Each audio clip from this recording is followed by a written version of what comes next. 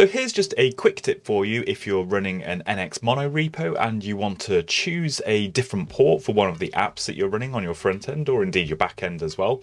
There's a couple of different ways that you can actually specify different ports. So for example, in our Rick and Roll project at the moment, we've got a couple of things running. We've already got the API running, which is on localhost 3333. But we've also got the front-end app, which is actually running by default on the 4200 port. So we've added the stats app into our MonoRepo now.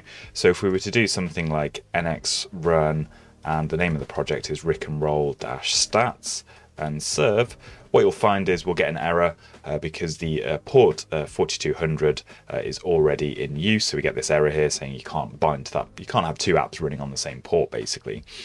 So first thing we can do is we can just repeat that same command, but if we pass in an option of port, and then we can specify a different port number, so we could say 4300 for example, and that should work okay because that's a free port on my machine. So you can see the app's now built and running on that port.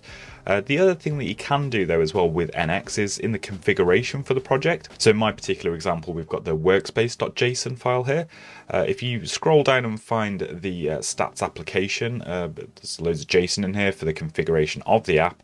And then there's this one section here, so you've got, that's the command that we've just been running, NX run rick and roll stats serve, so this is what gets run.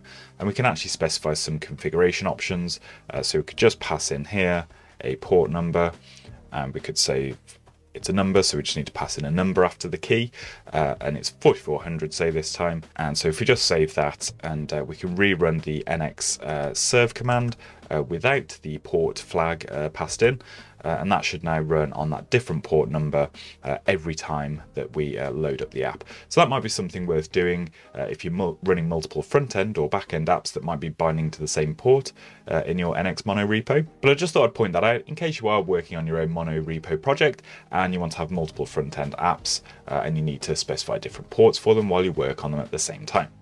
But that's it for this tutorial. Make sure you stay tuned for more web dev tips.